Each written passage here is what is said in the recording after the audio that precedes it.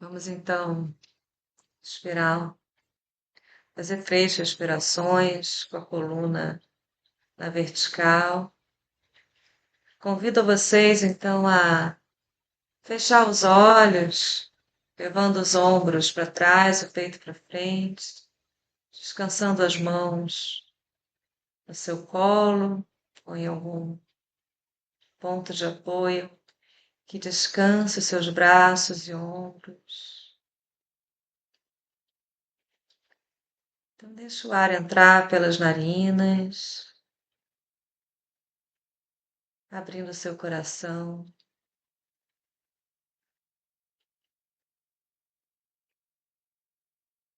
Procurando visualizar a amizade, a compaixão.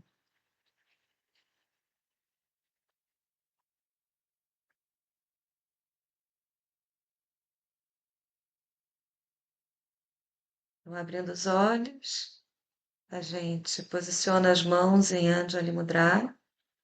A gente vai entoar o mantra Om, o mantra da paz. Om.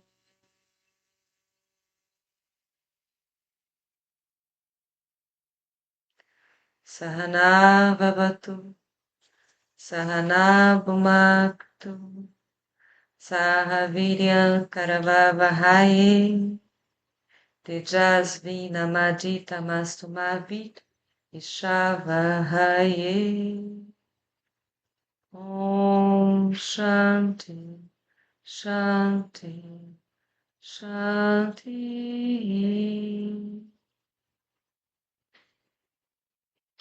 Então depois a Ana vai, se ela quiser, cantar o mantra do Hanuman, de especial de hoje. Então as minhas referências, quando eu falei a palavra amor e cada um falou uma palavra que melhor definia a pessoa, né? Então às vezes a gente compreendendo que o yoga é a transformação, essas palavras também a gente muda essa identificação com as palavras. Eu falei amor porque além de ainda essa palavra fazer muito sentido para a minha vida, eu digo ainda porque ela já fez um sentido muito diferente do que ela faz hoje. Eu ainda devociono muito das minhas ações ao amor. E tem muito a ver com. Ok, ok, Adriana. E tem muito a ver com Bhakti Yoga que a Ana apresentou para gente. E antes de eu falar do Bhakti Yoga, eu vou trazer um sutra, do Yoga Sutra, que fala de um amor diferente. Para o yoga, o amor ele é sem apego, né? Então eu costumo falar o que o amor não é. Fica mais fácil definir o que uma coisa é pelo que ela não é. Então, ela não é o apego. Então, o vairagya pode ser traduzido como não apego. E o vairagya é uma palavra muito importante para Patanjali no Yoga Sutra. É um não apego.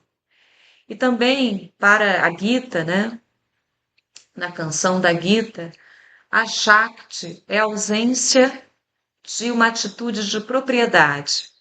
Então, o yoga não é apego, o amor não é apego, o amor não é uma atitude de propriedade e não é também uma intensa ligação oleosa, pegajosa, que está na Gita também, como Anabhishwanga, tá? Então está na Gita esses 3 valores, né, do que a gente vai nortear o amor que seria para o yoga, né? Então não é apegado, não é um sentido de propriedade que a gente tem. E também não é essa ligação pegajosa que a gente tem com os objetos. E com os objetos em geral, são pessoas, objetos, que o Yoga Sutra traz essa percepção, né? Que a gente se liga, se apega. E é a coisa mais comum que a gente faz na vida, é se apegar a alguma coisa que já passou, que já nos fez feliz, né? Uma relação que a gente fica apegado ali. Quantos casos eu mesma já vivi da relação que a gente fica naquela relação porque ela já foi muito boa e a gente não entende que as coisas mudam também, né? A gente pode mudar na relação ou a gente pode mudar da relação, né? Se a gente entende que ali já não tem mais aquele sentimento, aquele estado de amorosidade, né? Então, o amor pode ser também um estado de amorosidade. Então, aí eu venho trazer um sutra que o meu professor ele fala que é realmente um sutra muito bonito, que é o 33 do capítulo 1 do Yoga de Patanjali, né? Esse aqui é minha referência, compartilhei com vocês lá na biblioteca. E esse Sutra 33, ele vai falar de Maitri, Karuna, Mudita, Upekshana, que são esses 4 valores, tá? Maitri, amizade, amor, como traduz aqui o Franz Murs. Karuna é a compaixão, Mudita, alegria, felicidade. Aí, depois eu vou falar de uma que vocês conhecem, pelo menos já ouviram falar, que é Ananda, né? Upekshanam é neutralidade, uma indiferença positiva, um desinteresse, um desprendimento bondoso. E a tradução desse sutra diz como se fosse um projeto de humanidade baseado no amor, que é a serenidade mental. Ela vem da atitude interna de amizade para com os que estão felizes, de compaixão para os que sofrem, de alegria para com os virtuosos, de equanimidade e distanciamento para os que agem mal. Então aí a gente está falando de equanimidade e distanciamento. Essa palavra para o Yoga Sutra, equanimidade, ela aparece aqui, mas ela é chave na Gita, né? O yoga é, em algum sentido, equanimidade. E a gente vai tentar se aproximar desse sentido, que é ser equânime, né? Que não é propriamente uma indiferença, mas uma aceitação, né? Que se a gente vê um erro numa outra pessoa, a gente consegue distanciar sem julgar, observando que a pessoa está errando naquele momento, sem julgar se a pessoa é errada porque ela está errando. É claro que a gente não está pensando em intensidades e gravidades de erros, né? A gente acaba julgando sempre. Mas esse é um dos avidyas, né? Uma das ignorâncias nossas. Se a gente for equânime, a gente vai conseguir olhar as coisas como são, e mesmo com os erros, a gente tem um certo distanciamento, né? Que a gente não precisa julgar o outro vai ter a vida dele, as consequências das ações dele vão estar ali, né? Eu digo isso porque há uma lei, né, de acordo com o yoga, que a gente falou e que é popular, né? A lei do karma, da ação e da consequência. Então, se a gente acredita minimamente de que há algo acontecendo além de nós e que toda ação tem seus efeitos, a gente não vai testemunhar todos os efeitos de todas as ações, e que o outro está vivendo uma coisa que não pode corresponder, necessariamente não corresponde ao que você está vivendo. Então, você olhando para a humanidade, olhando para as pessoas, você pode se alegrar para as pessoas que são virtuosas, você pode sentir amizade pelas pessoas que estão felizes, né? Aí você sente, ao invés de sentir inveja, quando você vê uma pessoa feliz, você fica alegre também com ela, né? Você dá mais chance de criar amor dentro de si quando você nutre os sentimentos bons dos outros, deixa eles chegarem em você também, né? É mais ou menos isso que é Maitri. Quando você observa a pessoa feliz, você sente uma alegria. Quando você observa uma pessoa que sofre, e a gente observa muito no Rio de Janeiro, né? Só basta andar na rua, a gente sente compaixão, né? E quando a gente vê uma pessoa virtuosa, assim, conquistando sucesso, ao invés de pensar mais uma vez a inveja, né? Que às vezes a gente é tomado mesmo, a gente queria estar naquele lugar, mas a gente vai sentir uma alegria pela pessoa, porque a gente nunca vai ter o que não nos cabe, né? A gente tem sempre uma parte da história é nossa, né? A gente tem que tentar entender e perceber e dar a nossa atenção ao que nos cabe. Então, com isso, a gente consegue viver com mais amor, gerando mais amor dentro de si, né? E visualizando isso. Então, Patanjali, o amor aparece aqui, né?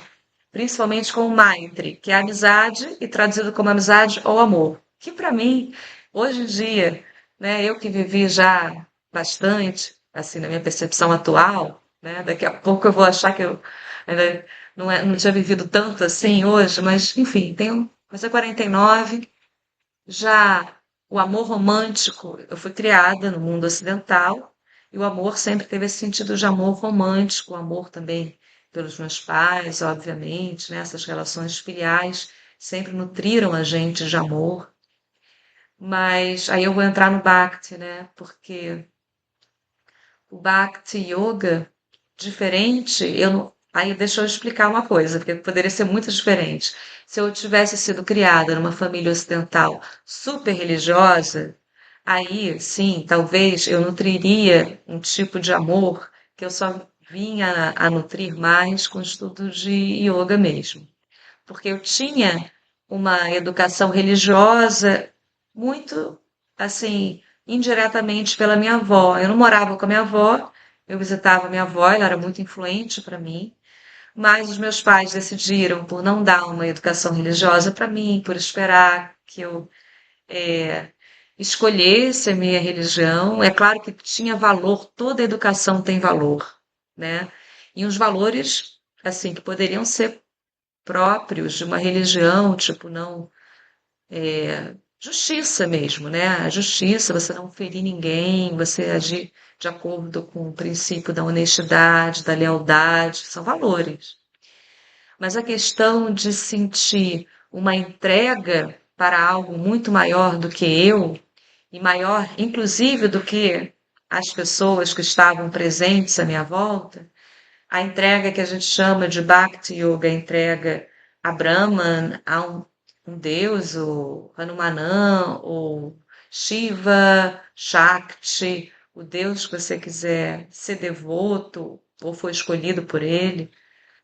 Essa sensação de amor é uma sensação de ser amado também, né? Que no Yoga Sutra é o Vishwara Pranidhana, a entrega a algo maior, é porque você vê o mundo como você é uma participação do mundo.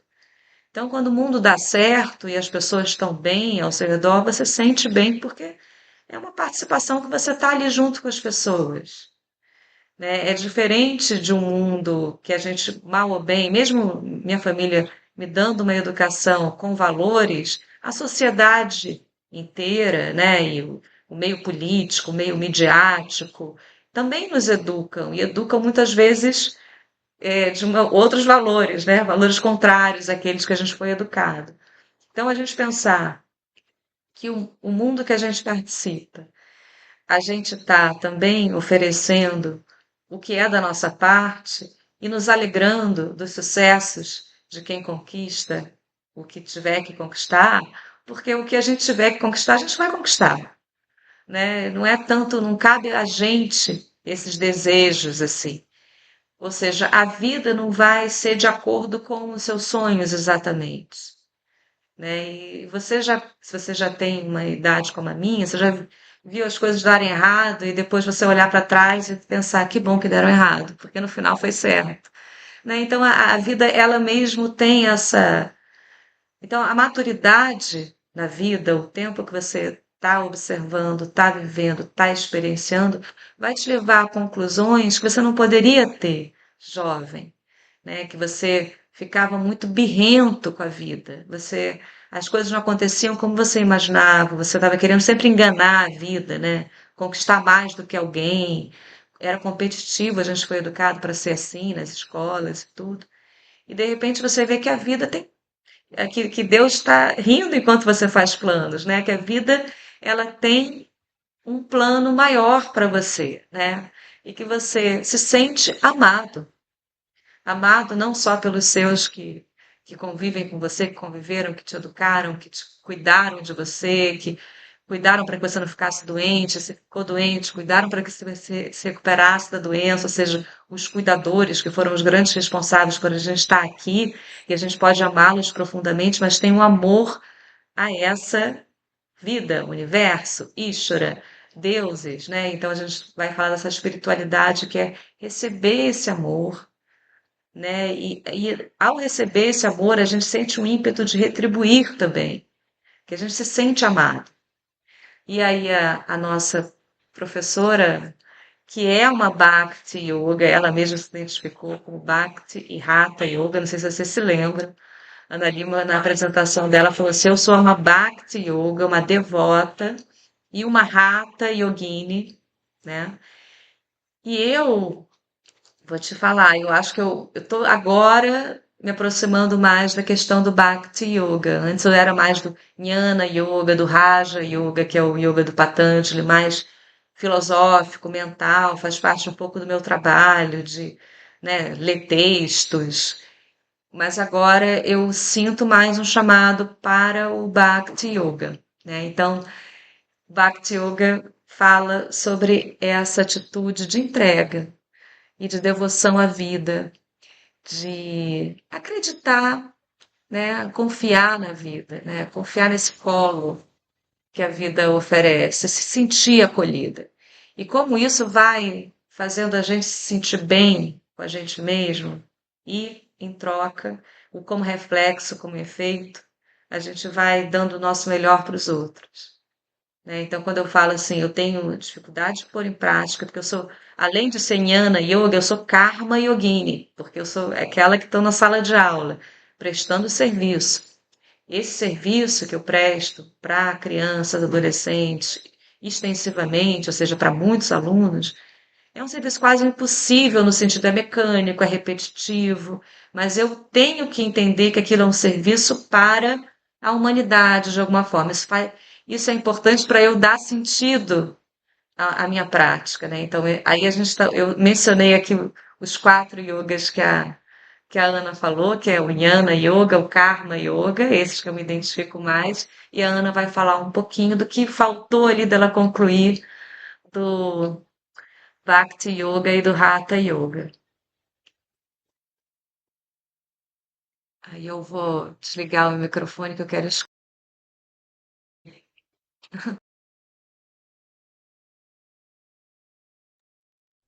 Posso fazer uma pergunta rapidinho? Pode, claro. Tá, é que eu botei, eu não sei o que que aconteceu no meu Zoom, a minha mãozinha sumiu, e aí eu tô assim, qualquer reunião que eu entro, eu não consigo levantar a mão, aí eu tô igual na Sumiu escola, a da gente fica barra, assim, né? Sumiu da. não sumiu da barra, fui no aplicativo e nada e não consegui.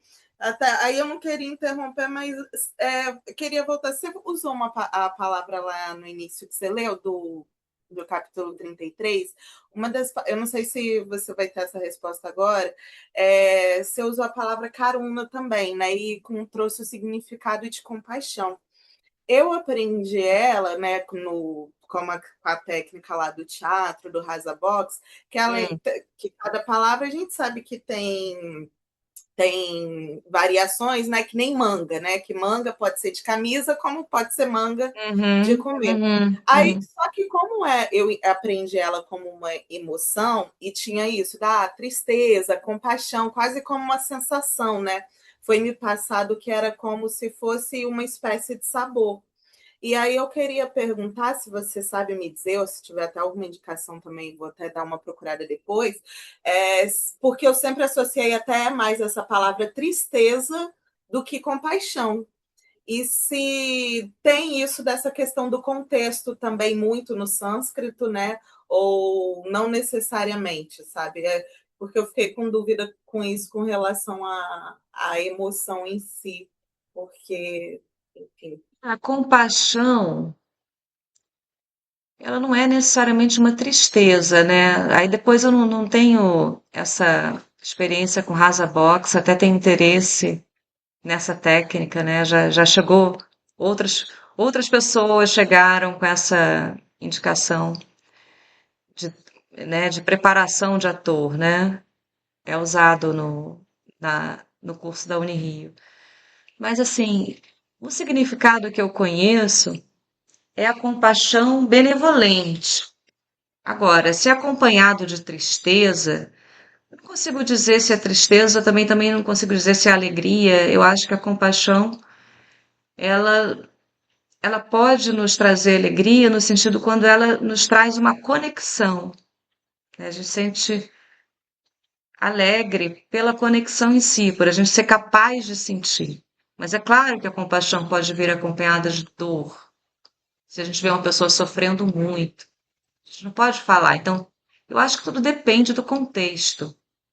Várias respostas que eu vou dar no yoga depende do contexto, né? Porque depende do sofrimento que você está testemunhando, né? Tem sofrimentos que você testemunha e que aquilo realmente você vai sofrer junto, né? E tem alguns que você consegue, a partir da compaixão, agir e ainda trazer alegria ali para aquela relação que está sendo vivida, né? Sendo experienciada. Então, depende do contexto que você está vendo o outro sofrer, né? Se a gente consegue fazer uma coisa pelo outro a partir da compaixão, isso já gera um movimento, né? Já gera uma ação, já gera um karma, já muda, as coisas mudam. Para o yoga, a gente tem que participar desse tempo da mudança. Se a compaixão ela é uma emoção produtiva no sentido de provocar um movimento, e esse movimento ele causa uma coisa boa, então aí depende em que momento que você vai olhar para essa compaixão. Se você for olhar para ela no momento futuro, aquela compaixão foi boa. No momento que ela está acontecendo, pode ser de tristeza, né? Tá? Tá respondida?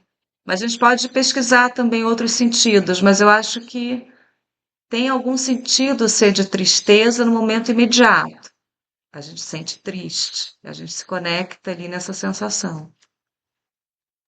Perguntei mais por que isso. Não só essa, como algumas outras, né, vão surgindo e tem essas traduções, às vezes um pouquinho mais literal, mas queria até se a gente puder trocar essa figurinha depois, porque de repente Claro. até está sendo passada assim. Eu sou aquela que futuca, né? Vai que várias coisas assim estão sendo interpretadas. É sânscrito, né? Uma língua que então é diferente, né? Sim, tem várias traduções diferentes, vários comentários que vão nos ajudando a entender o sentido. Tem todo o contexto diferente, histórico e cultural daquela cultura que a gente tenta se aproximar porque a gente tem muito respeito, a gente vê muito valor. Mas sim, eu acho que muita coisa se perde ali nessa nossa, né, tentativa de explicar tudo. Mas assim, a compaixão ela é uma sensação muito usada em várias filosofias hindus, né? Não só no yoga. Aí a gente tem muito o budismo, né? O budismo é uma fonte para a gente falar de sofrimento e de compaixão, bastante rica também, que a gente pode beber naqueles textos budistas. Ana, pode desligar aqui o microfone, tá? Tá bom. Então, boa noite, gente. Obrigada aí por estar aqui de novo com vocês. Assim, para mim é sempre uma satisfação enorme falar sobre yoga, ouvir sobre yoga e discutir sobre isso. É, complementando, assim, se eu puder complementar um pouco a respeito da questão da compaixão, aproveitando o que a Joana trouxe, que a compaixão é um conceito muito desenvolvido no budismo. E dentro do que eu pude compreender do budismo, eu não sou budista, mas eu tive uma fase da vida próxima dessa filosofia, dessa cultura, enfim, e eles veem esse sentimento da compaixão como um nível muito elevado de consciência. Tanto é que existe o Buda da compaixão.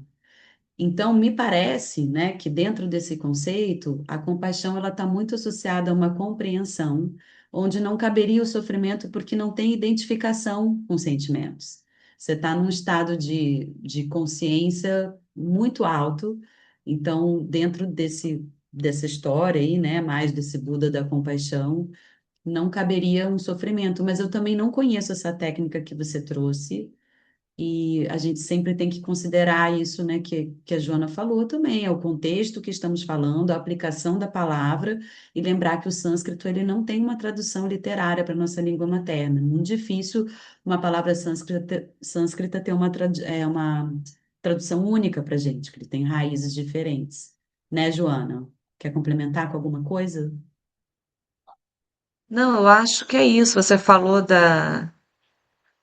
do budismo, eu acho que realmente, se a gente quiser ir mais fundo, aprofundar na questão da compaixão, e esse comentário eu acho que faz todo sentido, porque eu já participei durante a pandemia de uma comunidade que tratava bastante do Bodhisattva, né, dessa tradição do budismo tibetano, e era essa questão mesmo, de você olhar e ir avançando nesse nível de consciência a ponto de se desidentificar com o sofrimento das pessoas, né?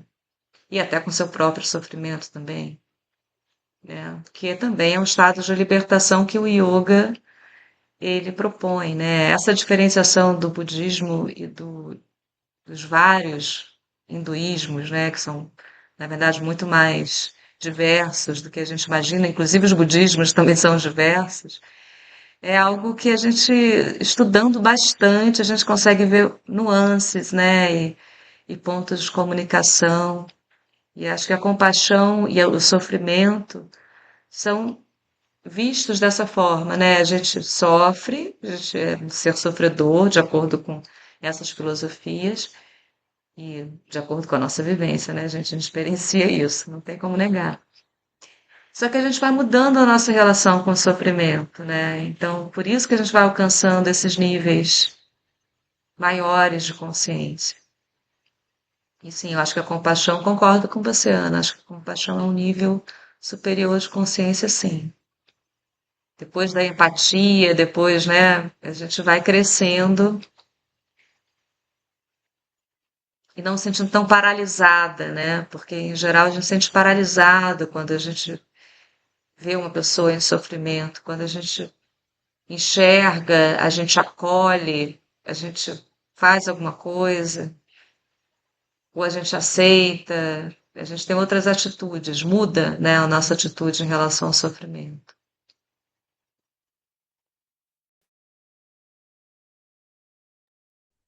Bem lindo isso, né, Jô? Porque conecta totalmente com o que você falou, né, da questão do Karma Yoga, que é um engajamento no mundo, né?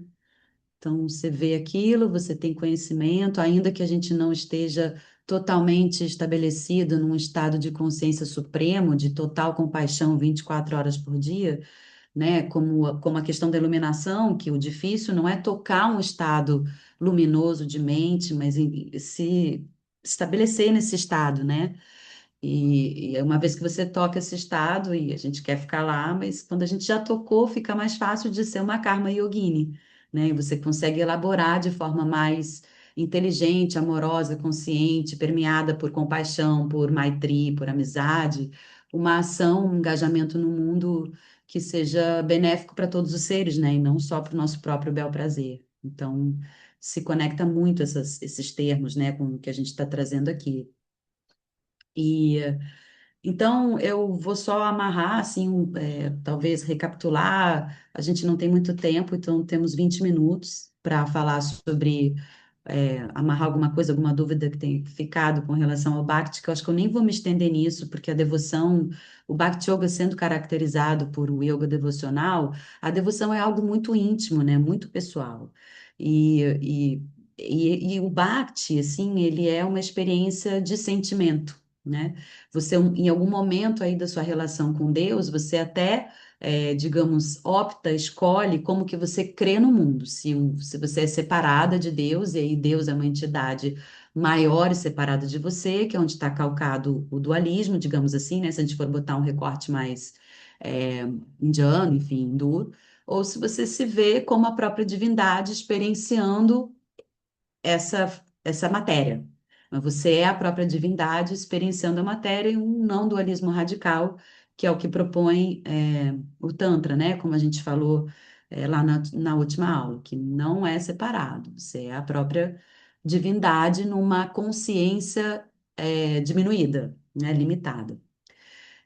Dentro do Bhakti, você, então, em algum momento, se você está fora desse estabelecimento na não dualidade, então você faz práticas devocionais para se conectar de novo com essa visão de mundo, por assim dizer, né? Para experimentar a não dualidade. Qualquer dúvida me interrompe, tá, gente? Então, o Bhakti, ele tem práticas mesmo, é o que, né, a gente falou naquele dia. São práticas de oferecimento, que a gente chama de pujas, práticas de cantos devocionais, práticas de mantras, dentro de um espectro de deuses de tudo quanto é tipo que vocês podem imaginar, porque na Índia todo dia é dia de alguma divindade. Hoje, no caso, é dia de Hanuman, que é uma divindade que é um macaquinho. Não sei se a gente falou dele, acho que falamos, né? Tocamos alguma coisa na última aula. E ele é a expressão do Bhakti Yoga, porque Hanuman é realmente sustenta o amor, sustenta a devoção, a Rama, a Rama, que é uma expressão de Krishna também. Mas aí, bom, para falar de Bhakti, teria que falar um pouco sobre divindade e aí eu me estenderia muito. A gente pode ver se caça aqui um espaço para falar sobre as principais divindades, as principais formas dos deuses dentro desse hinduísmo, né, desse saco que é o hinduísmo, porque justamente eles são, né, a gente vai falar sobre esse monismo, que são várias formas de um mesmo Deus, e eles se apresentam em várias formas, né, às vezes em forma de bicho, metade homem, metade bicho, às vezes é uma deusa, às vezes é um deus, às vezes é uma coisa meio demoníaca, para que todos os seres possam, de alguma maneira, se identificar com essa forma, com essas histórias, com esses mitos que são contados acerca das divindades, e se tranquilizar, falar, pô, se até Shiva errou, Shiva que é considerado o yogi perfeito, né? Se até ele brigou com Brahma, dentro das histórias, eles estão sempre brigando para ver quem é mais poderoso, porque eu não brigaria, né? Então traz um pouco de tranquilidade em sermos humanos, né? Porque é, a questão assim de um yoga muito puro, muito calcado num brahmanismo de pureza, é que fica para mim, né? Eu estou falando de uma experiência pessoal, mas a gente acaba se vendo num lugar de inapropriação, né? Como se essa liberação, essa liberdade nunca fosse chegar, só quando a gente morresse. E a grande verdade é que até que Deus apareça na nossa frente e fale, olha, o que acontece quando morre é isso, a gente tem especulações, né, religiosas, e eu não quero de forma alguma, por favor, contra a crença de ninguém, por favor, não me interpretem mal com relação a isso. Mas são sobre isso, né? Estou falando sobre dualidade e não dualidade especificamente. Então, acho que, não sei se alguém quer perguntar alguma coisa sobre o Bhakti de forma muito operacional, assim, né? Se ficou alguma dúvida com relação a isso. Lembrando que o texto que vai ter uma expressão muito grande e significativa para o nosso estudo sobre o Bhakti Yoga é justamente o Bhagavad Gita. E acho que basicamente sobre Bhakti Yoga, para estudo, é isso que eu teria para dizer. O resto é prática. É prática de mantra, é prática de altar, é prática de investigação e é prática também de tipo, o que que você pensa da vida quando você pensa em devoção ou em Deus? Para você, Deus é um sujeito ou uma sujeita separada de você? Para você, Deus é o universo? Para você, Deus é todos os seres? Para você, Deus é o sol, a lua, as estrelas, né? Então, passar por essa investigação honesta, você, com a sua mentalidade de hoje, o corpo que você tem, o ambiente que você está, ajuda você também a se localizar e criar pontes mais profundas com esse ou aquele tipo de pensamento dentro desse campo gigante que é o yoga, certo? Então, espero que um dia a gente possa ter aí uma aulinha sobre as divindades e cantar uns mantras e entrar em bhava, né? Que é esse estado de graça, que é quando você é visitado por um amor, né? Um amor assim transbordante que você fala, gente, isso só pode vir de Deus, ou tá vindo de um lugar muito alto e muito luminoso que não é essa vida ordinária, né? A gente toca isso em certas situações, como a gente já falou, que esse estado talvez até assemelhado com a iluminação, dentro da minha perspectiva aqui de não dualidade, tal, tal, tal, tá? Não estou falando de um conceito dual. Dúvidas, comentários? Joanita, por favor. Muito obrigada pelos ensinamentos. Realmente é algo que me requer ainda Eu muitas. achei maravilhosa essa sua proposta da gente fazer pujas, a gente fazer essas práticas, né? Mas é isso, requer um tipo de comprometimento, né? Que, assim, com o tempo, vocês vão se apropriando, depende da sua identificação no bom sentido aí, né? Porque também tem uma certa identificação. A gente fala no yoga que a identificação, a super identificação é ruim ao objeto, mas a entrega Ishvara Pranidhana, no caso do yoga, né? E também no caso do Bhagavad Gita também fala muito de Ishvara, né? Mas fala de Brahman também, que é esse que para o caso do Brahman é a própria consciência, né? É a não dualidade. Então tem o Tantra que pode ser a não dualidade, também tem o Vedanta que pode ser, né, Ana? Eu acho que o Yoga Sutra ele é muito focado no Sankhya, e o Sankhya ele é daquela perspectiva dual, né, que a gente mostrou, o Purusha, Prakriti, sujeito, objeto, mas com o tempo de prática, o seu envolvimento intenso com o objeto é quase uma mistura de você se ver como um todo, né? Eu acho. Eu penso assim, tá? Eu penso que a gente começa ainda tendo que se olhar, porque o mundo é funcional. A gente está no mundo, o que que a gente precisa? De uma ação adequada para viver nesse mundo que a gente está. De acordo com o yoga, a gente faz yoga para ter a ação, né? Mais uma vez, Gita, mais qualificada, mais adequada. A gente não vai saber o que as pessoas pensam, mas a gente vai saber o que que elas agem. A mesma coisa de nós. Ninguém vai saber muito o que que eu estou pensando, e a gente perde um tempo danado no Ocidente, né? Pensar, ah, fulano pensava isso, pensava, como é que ele agiu, né? Então, assim, que ação que você oferece no mundo? E que bonito se você oferece uma ação para alguma imagem, alguma ideia, um agradecimento, né? Por isso que nas aulas de yoga a gente sempre agradece, porque e não é ser gratiluz, né? Você vê a vida como um presente, de uma certa forma. Isso ser cada vez mais claro para você, que a vida é um presente, você se sente amado. Não sei se por Deus, eu me sinto amada, né? Além das pessoas que me amaram, né? E que é circunstancial, porque até essas pessoas que cuidaram da gente podem, porventura, não ser tão cuidadoras assim, né? A gente depende muito das circunstâncias nesse mundo dual. Mas além disso, né, a gente tem o amor atravessa a gente, né? A gente pode ser o amor, né? A gente pode, quando a gente vê uma perspectiva menos dual, a gente ser a própria algo que não tem nome, né? De acordo com Vedanta, você acaba indo para um lugar que é longe da representação, longe da linguagem, porque a linguagem realmente ela foi criada para a gente se comunicar e a gente se comunica porque a gente está no universo, assim, no mundo paralelo aqui dual que a gente tem que falar, tem que pensar, é o mundo da matéria, né? E se a gente realmente, por um vislumbre, um momento, a gente nos entende assim, em plena comunhão, né? Aí já estou trazendo um termo até que é da religião cristã, né? Da religião cristã. É essa integração com o todo. Então, acho que o Bhakti traz isso. Aí, Ana, se você puder trazer um pouco do Hatha nessa história, né? De como é que o Hatha.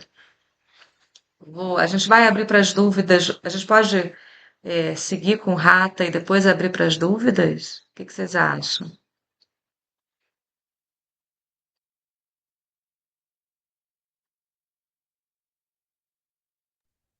Hum. Alguém disse sim, por favor, foi a Estela, né? Então, É, eu vou falar também rapidinho para a gente não estender.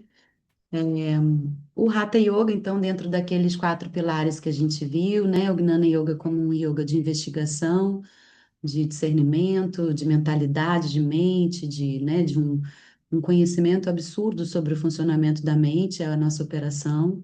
Aí o Karma Yoga, é o nosso engajamento no mundo, né, vislumbrando que o mundo não é só para gente, que o mundo é de todos, então que a gente tem que estar realmente amorosamente engajado por conta né, da ação e reação que a gente discutiu. O Bhakti sendo essa relação de entrega, como a Ju está falando, né, de entrega a algo supremo, a algo belo que não pode ser definido por nome, por um único nome, porque isso limitaria essa imensidão que pode ser o universo, o Deus, a deusa, né? Essa coisa que não tem nome, não tem início, não tem meio e fim.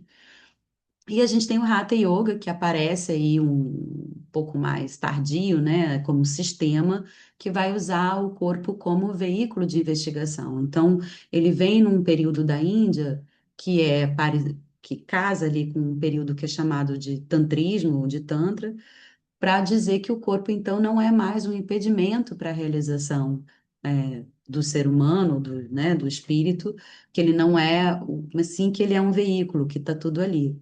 Até que a gente foi, né, na última aula, pelo que eu me lembro. E aí é dentro dessa perna do yoga que a gente vai ter uma semelhança com o que a gente pratica na maioria das aulas de yoga. A gente vai ter estabelecimento e desenvolvimento de posturas físicas e psicofísicas, que são os asanas.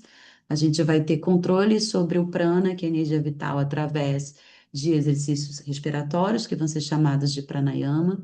A gente vai ter selos corporais, ou seja, tocar certas partes do corpo, que são os mudras, para encaminhar esse prano, essa energia vital, para determinadas áreas do corpo e a gente desenvolver determinados estados de consciência.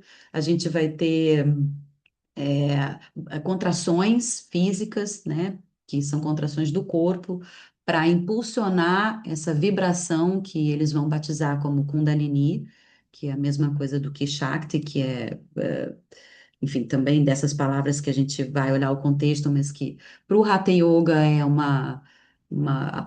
a potência do ser, né? Para a gente é difícil falar sobre Kundalini Shakti, porque como entra nesses conceitos que são anuviados, né, pelas fantasias e tudo mais, como é o Tantra, como é a Shakti, que foi coisas que a gente pontuou na nosso encontro, né? E o Hatha Yoga, ele vai ser sistematizado em relação ao Yoga Sutra, que é o yoga clássico, e ao Vedanta, que vem logo na sequência, um pouco mais tardio. Ele vai virar um sistema lá, sei lá, século XV, por aí, século XVI, XIV, XI, quando vão aparecer os textos que vão falar, olha, então o yoga é um método, o Hatha Yoga, perdão, o Hatha Yoga é um método que vai usar o corpo como veículo de investigação para iluminação. Estou falando a grosso modo. E aí, então, esses textos vão enumerar essas práticas que dão base para o que a gente faz hoje em dia. Então, a gente tem a expressão do Hatha Yoga Pradipika, que é um texto que está ali descrito, posturas, pranayamas, contrações e selos, os mudras que a gente deve e pode fazer. Depois ele vem com o Shiva Samhita, que são também mesma coisa, vai trazer certas é, técnicas descritas, mas vai incluir uma cosmogonia também mística a respeito do mundo. Então, nesse texto aparece já essa ideia de que o nosso corpo é um microcosmos do macrocosmos, então ele já começa a. Alguns sutras já vão dizer, olha, o planeta, a parte tal do seu corpo é para planeta tal, começa a desenhar no nosso corpo físico o que a gente repara e vê no universo. Eu estou falando correndo por causa do tempo, tá, gente? E vamos ter o Guiranda Samhita também como uma expressão de um texto já ainda mais elaborado que o Hatha Yoga Pradipika, também descrevendo posturas, pranayamas, mudras e kriyas, exercícios de purificação, que são replicados também no Ayurveda. Depois acho que a Joana vai falar para você sobre o Ayurveda, né? Que são purificações do corpo mesmo, do corpo físico mesmo, né? Por que que começa essa sistematização? Porque se o corpo é veículo para a iluminação e tem todo esse processo kundalínico de energia ascendente e tudo mais, a gente precisa ter uma estrutura que sustente essa iluminação, por assim dizer. E aí o Hatha, ele aparece não só como uma coisa que a gente traduz muito, né? O Hatha Yoga como sendo Ra e Ta, Sol e Lua, sendo uma prática de integração ou de união, mas sobretudo o Hatha como um esforço. Então, os Hatha Yogins antigos, eles eram pessoas que extrapolavam o limite do próprio corpo, né? Eles eram radicais, eles não era um Hatha Yoga, assim, localizar o nascimento do Hatha Yoga na história, é aqui que nasceu, era desse jeito, é uma grande ilusão, porque essas práticas, elas acontecem principalmente ali numa região onde tem muita mistura de povos, de povoados, ascetas misturados com pessoas que estavam negando o sistema de castas, com pessoas que estavam fazendo práticas mais escondidas. Então, tem uma mistura de culturas aí. Eu estou correndo, gente, eu queria ter mais tempo, mas eu vou dar uma cortada aqui, tá? Porque eu queria mostrar para vocês, assim, que a gente tem, na minha opinião, três livros muito importantes para tratar sobre a história do Hatha Yoga e entender um pouco esses sistemas, como que eles se interligam e principalmente como que a gente chegou aqui no yoga moderno. Porque o nosso yoga moderno, ainda que a gente chame de Hatha Yoga, né, e esteja numa aula, é uma aula de Hatha Yoga, uma aula mais tranquila, que a gente vai fazer respiração e talvez tenha um pouco mais de relaxamento, né? A gente associa o Hatha Yoga para uma aula, digamos, para iniciante, né? E aí esquece que Hatha Yoga é o pai de todo esse yoga moderno, que tem vários nomes, Power Yoga, Ashtanga Vinyasa, Vinyasa Yoga, Iyengar Yoga, né? Tudo isso vem dessa possibilidade do corpo como veículo, como investigação. E aí a gente tem esses autores aqui que vão tratar muito dessa discussão. Então, o Mark Singleton, que é o autor desse livro que já está traduzindo em português, que é o Yoga Body, um livro maravilhoso. Então, ele vai falar assim do yoga postural, dessa construção do yoga. Vou deixar a capinha aqui, tá? Não dá para ver? Yoga Body. Então, ele vai falar muito nesse livro sobre a fusão das práticas indianas e a influência das práticas ocidentais que resultou nesse yoga moderno, né? Ele vai falar sobre o fisiculturismo, sobre a ginástica sueca, como é que essas coisas foram se entrelaçando e como que a gente chegou nesse processo de um yoga focado para o bem-estar. A gente tem esse mesmo autor, o Mark Singleton, escrevendo juntos com o James Madison esse livro aqui, que é o Raízes do Yoga, que vai também traçar esse desenho do yoga moderno, já associado numa linha do tempo cronológica mais, digamos, mais refinada, né, de como que a gente chega aqui, que caminhos que ele faz. E a gente tem o Tantra Iluminado, que é do Christopher Wallace, que também vai focar principalmente no Tantra, né? Tanto é que o nome do livro é Tantra Clássico, mas ele vai trazer, assim, as confluências do Tantra com o Hatha Yoga. Faltam 4 minutos para as 8. Então, eu queria, talvez, ouvir a Joana e ver o que que ela, por onde eu posso seguir para não atrapalhar o tempo de vocês. Não, achei maravilhoso essa última referência. Eu já ouvi falar dele, inclusive a Lu faz um curso dele, eu ficava com vontade de fazer também. Mas eu não conhecia esse livro. Eu tenho outro livro Tantra, depois eu te passo. Mas essa relação do Tantra com o Hatha Yoga, eu acho que dá para você falar um pouquinho sobre isso. E aí, falando do yoga hoje em dia, né, que a gente associa os ascetas quando a gente vai na Índia, eu não comecei para a Índia ano passado. Ainda é a primeira vez que eu fui, ainda quero voltar várias vezes. Mas me chama atenção porque eu acho que a gente ainda vê esses ascetas, que é gente que fica nas cavernas, eu visitei alguns, que fica numa perna só em cima de um balanço, que faz essas experiências com o corpo, que é como. Não é para negar o corpo que eu senti, mas é para você ter percepção de que você não é o corpo, que ele muda a sensação com o corpo, que o corpo é um veículo, mas para você ter plenos poderes. Tem até uma questão de ter poderes mesmo, né? Tem uma questão mágica ali por trás, assim, de adquirir um outro nível de percepção da vida, né? Que não é só o que a gente usualmente usa, a gente vê além, a gente escuta além, a gente tem os órgãos dos sentidos assim funcionando como devem funcionar, né? Ó, focado e a nossa atenção. E tem essa, inclusive no Yoga Sutra, falando dos siddhis, né, que são os poderes mágicos que se adquire com o yoga. Então eu acho que o Tantra e o Hatha Yoga também tem essa questão, não tem, Ana? Dos siddhis.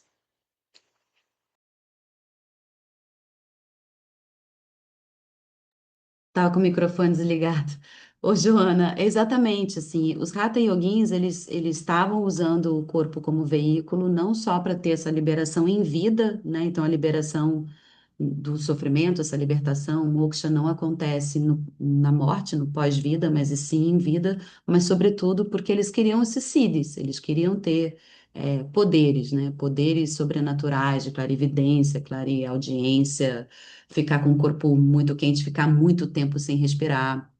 É, inclusive, antes de ter toda essa sistematização, né, pensando no como é que a gente estava, como é que a Índia estava e estava sofrendo essa colonização britânica, imagina assim, né, a gente olhar, a gente tem que se colocar nesse lugar, né, de ver os ingleses vendo os indianos, eles viam como faquires, como pessoas totalmente exóticas, às vezes até uma ameaça, né? E o que os yoguins começaram a fazer então? Então a gente vai realmente capturar esse poder de ser importante perante o mundo. Lembra que a gente falou um pouco sobre que os ingleses achavam que os indianos eram fracos, eram afeminados, não tinham força, porque a gente vivia o corpo dizia muito sobre a força de uma nação. Né? Então, se os ingleses estavam colonizando ali os indianos e falando, vocês são fracos, afeminados, arredondados, não sei o quê, os ioguins também falou, não, peraí, então, peraí. Eles viam que o circo era uma coisa atraente para os ingleses, então trabalhavam no contorcionismo, se apresentavam e acabavam se tornando pessoas interessantes, né, que criavam algum interesse, assim, para o olhar estrangeiro, né, criavam algum valor. É muito difícil de compactar, né, toda essa transmigração do Tantra com o Yoga, com o Hatha Yoga, com a história da Índia em tão pouco tempo. Mas é justamente assim, só para dizer isso que a Jona falou, eles estavam interessados em liberação, em moksha, mas sobretudo essa moksha estava ligada com poderes, e aí muitas vezes esses hatha yogins antigos da antiguidade, né, que eram vistos como bruxos, como magos, eram vistos como é, assustadores. O mesmo termo que a gente fala, né? Que a gente fala, eu sou uma Hatha Yogini, eu sou uma Bhakta, eu sou isso, eu sou aquilo. O mesmo termo Yogini só foi realmente usado, apropriado nesse período um pouco mais tardio mesmo, porque foi a cultura tântrica que permitiu que as mulheres, por exemplo, pudessem ser inseridas em tradições, em muitas tradições, né? É o Tantra que coloca a mulher, inclusive, como gura, dentro do Tantra que a mulher pode se iluminar e pode ensinar outras pessoas esse caminho de liberação. Basicamente, o Tantra começa a se misturar com essa coisa da sexualidade, não porque não exista dentro do Tantra original algum aspecto de sexualidade, mas principalmente porque ele botou tudo que era proibido no altar. Então, tudo que era proibido numa sociedade bramânica, de castas, mais puro, foi para o altar. O sexo foi para o altar, o sangue menstrual foi para o altar, a mulher foi para o altar, a carne foi para o altar, o vinho foi para o altar. Então, era realmente também um movimento de transgressão, né, de resposta cultural, sobre esse abafamento, né, de povoados, de ascetas, de pessoas que estavam, de alguma maneira, lutando contra um sistema pré-estabelecido. É, Que eu acho que tem relação com as castas, né? Porque o sistema pré-estabelecido está falando, é gente que, né, é muito fácil você, que nem a gente pode trazer isso, porque o nosso sistema social no brasileiro não é tão distante do sistema de casta, não. É muito difícil se você nasce, né, de uma família muito desprovida de recursos, ter uma ascensão. A gente é muito, né, desigual, digamos assim. A sociedade indiana também tem essa marca. Então é fácil a gente falar uma pessoa que tem todos os boletos pagos e coisa e tal, que nem a gente fala hoje em dia, ter uma rotina de autocuidado e ter tudo que a gente vê no Instagram, fica fácil. Agora, e uma pessoa, né, que, enfim, não tem essas condições? Então, o Hatha Yogini também era um movimento meio social nesse sentido, né, de não ser restrito aos bramânicos, dentro dos palácios, de ser aquele povo que vive na rua. Quando você vê na Índia, tem muitos renunciantes que vivem na rua e eles podem se reconhecer como Hatha Yogi ou não sei também, porque eu não conversei com tantos renunciantes assim, mas no roteiro que eu fiz era um roteiro com bastante renunciante. E eu acho que tem a ver também com essa ruptura a esse sistema todo, inclusive sistema de castas. E talvez gente que também não sabia escrever. e portanto que ficou menos registro, talvez, né? Porque as escrituras e tal, a gente tem que ver que é preciso saber escrever para a gente conseguir ler depois, né? Então, tem muita coisa ritualística que não acho que ficou muito na história oral, talvez, né? Foi passado de uma geração a outra e a gente tem poucas referências comparado com a referência da Gita, por exemplo, que é uma referência que fica, né, 5.000 anos e tal. Então, por isso que de repente é mais tardio o Hatha Yoga, né? Porque até o pessoal começar a escrever sobre, a gente não sabe quando que começou, né? Tem esses aspectos históricos da filosofia indiana que a gente não consegue marcar direitinho no tempo, sabe? A gente tem vestígios arqueológicos, né, de gente fazendo yoga no Vale do Hindu, né? Mas a gente não sabe exatamente quando que aquilo começou, né? Então tem também uma questão misteriosa aí, né? Que a gente fica imaginando como é que era essa sociedade.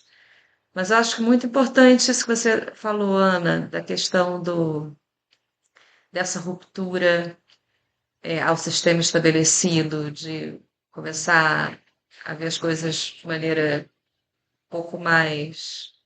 Uma aceitação do corpo mesmo, né? Porque se o corpo é um veículo, então vamos aceitar os fluidos corporais, as necessidades do corpo, né?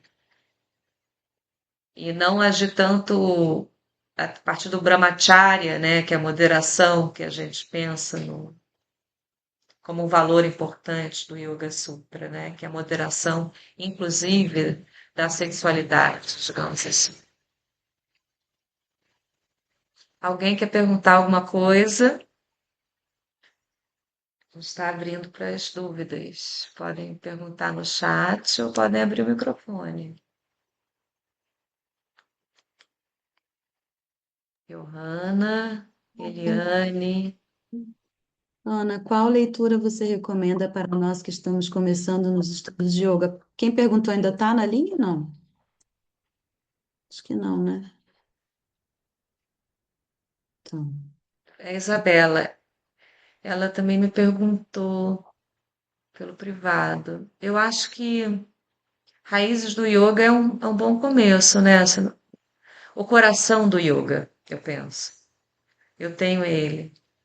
eu O que que você pensa? sinto assim, gente, tem uma coisa que é um primeiro contato com isso que a gente está tentando aqui abrir, né, com o máximo de conhecimento que nos é possível transmitir, que é esse corpo de conhecimento que é yoga. E aí, dentro disso, você vai construindo aí os seus interesses. Então, tem uma coisa que é tratar, pegar uma literatura que vai falar sobre esse yoga mais abrangente, como é o coração do yoga, talvez como é aquele livro do Iyengar, que é lindo, que é Luz, Ah, eu tenho esse livro. Luz do Yoga. É um Esse livro livro é lindo, lindo, cheio de. Ah, eu tenho que levar. Eu esqueci desse. Eu tenho. Ele é imenso. Tenho. super poeticamente, eu tenho aqui também. Vai falar poeticamente sobre yoga, sobre bhakti, sobre. É, É um livro lindo, assim, né? Eu não lindo. sabia sobre yoga. É um livro maravilhoso para começar.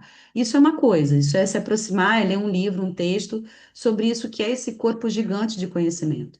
Aí tem uma outra esfera, que é tipo, eu quero saber o que que é o yoga clássico, eu quero entender como funciona a minha mente.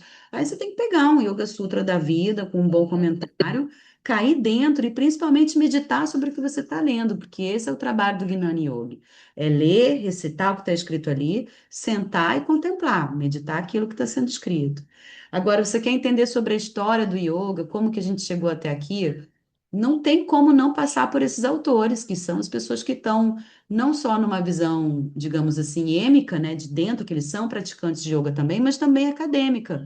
Né? Eles têm as duas visões, eles estão dentro de uma tradição, inseridos numa tradição, então eles têm um olhar de quem pratica, né, o Tá Christopher falando do Mark Simpson, né? Do James Morrison.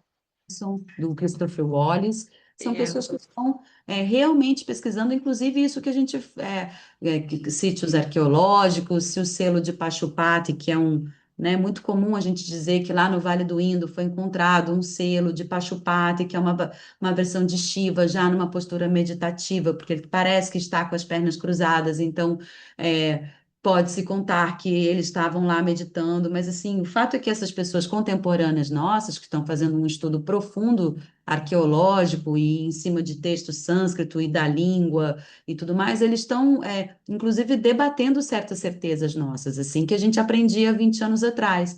E isso não é tão fácil de engolir, porque, poxa, era uma certeza que eu tinha, que eles praticavam esse negócio há 5 mil anos atrás, estava ali Shiva na forma de Pachupati, sentado em meditação. Mas assim, não, a gente tem hoje pessoas que estão dentro, principalmente em Oxford, que é onde está assim, esse expoente de estudos, discutindo isso de uma maneira mais, não diria séria, nem, né? Porque todo conhecimento é sério e todo conhecimento é bem intencionado, acredito eu, mas assim, mais realista, né? Com mais ferramentas para ver o que, que pode ser que realmente a gente pode afirmar e o que realmente a gente fica nesse lugar que a Jo falou, que é um lugar de fantasia, a gente acha que foi assim, a gente ouviu que foi assim, então. Para conhecer a história do yoga, como que a gente chegou até aqui, tem que passar por esses autores hoje em dia, né? Uhum.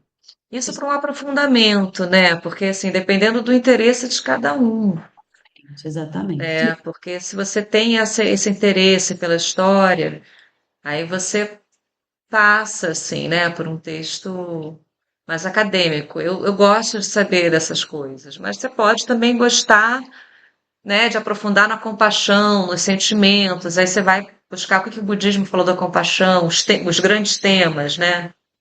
O Yoga Sutra, ele é muito compacto, né? Ele é muito conciso, assim. Então, assim, meu professor, ele me guia com o Yoga Sutra, né? E ele traz ali, acho que uma compilação do yoga. Mas é como a Ana chama atenção, uma versão, né?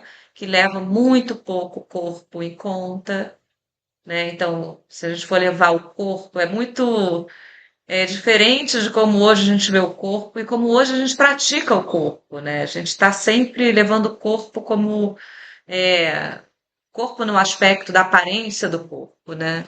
Então, o yoga, se a gente for pensar na raiz, é nas sensações, no autocuidado, no equilíbrio, e não tanto na aparência, né? Na fotogenia que os asanas têm. Então, o Yoga Sutra, ele não conversa com esse mundo atual muito, porque ele quase não fala de asana. Mas ele propõe uma questão mental também, que é muito importante, né? Porque a gente está vivendo um tempo de que a gente está falando muito de saúde mental. Então, também, por outro lado, apesar de ele não falar muito de corpo, tem uma questão mental ali que é riquíssima, eu acho. Então, depende, se for assim, se você for uma psicóloga, eu vou falar, dar um aconselhamento. Se você tiver uma outra orientação profissional ou de interesse, eu daria outra. Depende muito. O yoga, ele é interdisciplinar, né? A gente pode falar de muita coisa quando a gente fala de yoga. A gente pode falar de filosofia, a gente pode falar de expressão, disso tudo que também o teatro. A gente tem muitos estudantes de teatro aqui, né? E, no caso, a Ivana já é formada em teatro. Então, a ligação que eu sinto com o pessoal do teatro é a questão da presença, né? Porque o ator ele tem que estar presente. Então, o yoga ele traz esse valor assim para estar presente no momento. Acho que tem um benefício assim para atuação, né? Tanto, a Ana também era atriz, né, Ana? Você não percebe que o yoga e as artes cênicas têm uma ligação assim? Sim, é exatamente isso que você falou, Ju, que eu percebo, né? Um estado de presença, como a gente vê que estado de yoga, lá nos Upanishads, é justamente esse estado de presença. No Bhagavad Gita ele fala, yoga é a atenção na ação. E quando a gente está em cena, né? A gente tem que estar totalmente presente no que está no que tá fazendo. Então, acho que se assemelha muito. O que também, assim, me parece, né? Eu não sou mais atriz, eu não segui carreira, mas me parece que é um estado de magia também, né? Estar em cena, estar presente em cena, fazer o outro, né? Tem uma frase linda lá daquele ator Yoshi Oida, que é um ator oriental, que ele fala que um bom ator ele aponta para a lua e o espectador, ele faz assim com o dedo, fala, ah, aquela lua. E aí você tem que ver a lua, você não tem que ver a ponta do dedo do ator, né? Que isso é uma espécie de magia, né? O ator, ele tá em cena, ele é meio que um bruxo também. E o Hatha Yogin também, porque ele está fazendo do corpo dele o eixo de toda a experimentação. Só não deu para entrar há pouco, os debates final está lindo. Então, é exatamente isso que a Joana falou: é um estado de presença, um estado de consciência alterado, onde você transcende de alguma maneira a vida ordinária e faz alguma magia acontecer. De alguma maneira, você modifica aquela realidade ordinária sua, pessoal, porque você está em estado puro de consciência e presença, e a de quem está ali experienciando junto de você essa, sei lá, essa integração. Enfim, estou viajando aqui, isso não tem nada a ver com yoga, tá, gente? Isso aqui, quer dizer, com yoga nesse sentido mais literário acadêmico, né? A gente está aqui devanando sobre o que é uma vida de yoga, o que pode ser esse estado de bhava, de presença, enfim. É, obrigada, tá, gente? Desculpa aí qualquer coisa. Tá ótima. É porque no mundo de hoje a gente está querendo adaptar todo esse conhecimento que é riquíssimo, mas que a gente tem uma vida pela frente, né? E uma vida que nos exige de formas bem diferentes das, das condições que os indianos viviam, né? E ao mesmo tempo a nossa mente, ela cai nos mesmos buracos. A nossa mente não mudou tanto assim, né? A nossa questão assim, da gente se distrair, da gente se confundir, da gente ser enganado, todo mundo enganado de várias formas por si mesmo. Então, assim, por isso que eu falo que o yoga ainda é um dispositivo tão atual, porque a nossa questão mental ela está cada vez mais evidente. Como a gente vê as coisas com lucidez, né? Que foi a sua palavra, né, Ana? Ver as coisas com lucidez já é assim uma conquista, né? É um trabalho que você faz para ter uma clareza mental. Não é algo assim que vem espontaneamente, né? É fruto de um trabalho que você está ali o tempo inteiro numa disciplina, e a gente tem esse ranço também dessa palavra, disciplina, né? Porque desde sempre é associado à escola, associado a uma questão mais militar de ser, mas eu acho que a gente tem que perder também esse ranço, porque tem um benefício ali da gente ser o tapas, né? Que é traduzido como disciplina, engajamento, comprometimento, algum compromisso, digamos, com a nossa prática. Mas é isso, gente. Então a gente já está 8h16. Feliz de ver vocês mais uma vez, de poder continuar essa conversa com a Ana. E essa conversa segue, essa conversa não tem fim, né? Ela vai ainda ter vários momentos diferentes. E feliz pelo interesse de vocês, e a gente ainda vai trocar bastante. Se alguém tiver uma dúvida, pode. Obrigada, Júlia. Se a gente tiver uma dúvida, pode me procurar no privado, no WhatsApp, no e-mail, tá? Fiquem à vontade. E na próxima quarta a gente se vê, tá? Mas se alguém quiser perguntar alguma coisa, ainda tem tempo. Se vocês tiverem alguma questão aí. Não, eu só queria dizer que até essa leitura que vocês fizeram com a comparação do teatro agora, nossa, me abriu vários campos, assim, minha cabeça ela também deu uma viajada que eu fiquei pensando nesses conceitos, assim, associando, né, nessa busca da verdade. E até uma das coisas que eu trouxe para a Joana que eu falei, nossa, eu preciso conseguir também colocar, querendo ou não, a academia pede muito isso, né? Então, tipo, de Uhum. colocar isso em projetos, né? Pré-projetos, para tentar mestrado, de uma forma mais acadêmica, para que a academia aceite, né? Não que. E aí você trouxe isso da presença e da verdade, eu já comecei a associar aqui, tipo assim, o conceito de verdade de Sátia com a presença da verdade cênica do ator, e aí a minha cabeça ela tá agora fervilhando. Nossa, deu muitas luzes, assim, de caminhos. Inspirou, né? Inspirou. Inspirou. Que Amei. bom. Obrigada, Ana. Obrigada, Joana. Que bom. Acho que tem muitos pontos de contato, sim. Tem sim. Com a vida, né? A gente está vivo, então, no nosso conhecimento que a gente escolheu para se aprofundar, vai ter um pouquinho disso, assim. Então, yoga é sobre vida, né? Yoga é vida e vida é yoga. de acordo com Aurobindo, né? E yoga e arte são extraordinários. Tanto a É, arte quanto o yoga é extraordinário. É algo que tira a sim. gente de um lugar comum. Então, a gente se assemelha assim, né? A gente se assemelha bastante. É um sentimento de elevação, né, que a gente tem, assim, com esse conhecimento, que é um conhecimento sobre a vida, é um conhecimento maior, não é um conhecimento tácito, né, de você aprender a mexer num Excel ou fazer um texto acadêmico. Tem uma hora que aquilo esgota, mas esse conhecimento não perde a graça, sabe? Para mim. Aí já é pessoal. Então, gente, eu vou me despedir de vocês. Eu e Ana, agradeço mais uma vez a Ana por compartilhar o conhecimento com a gente. E desejo um bom feriado, uma boa Páscoa para quem. Joana, a Oi, aula, a aula vai ficar gravada no YouTube? vai. Ah, eu vou assistir depois. Maravilha. É que eu tô na área rural aqui, é muito Stop remoto. recording. Por um momento eu achei que eu não tinha gravado, mas eu gravei. Isso já aconteceu nas minhas aulas de yoga. Nossa, imagina, depois desse papo todo. Mas tá gravado, vai ficar gravado, Maravilha. Muito obrigado. tá?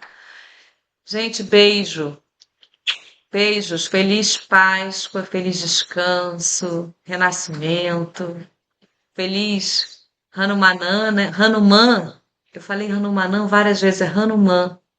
Me corrija aí, Ana. Fala uma, uma, uma inspiração aí de Hanuman, que é o dia de hoje. Fala pra gente. Ah, eu posso botar lá no grupo uma coisinha, eu te mando aí, você me dá um ok? Se você achar legal, Tá, a gente bota tá. lá.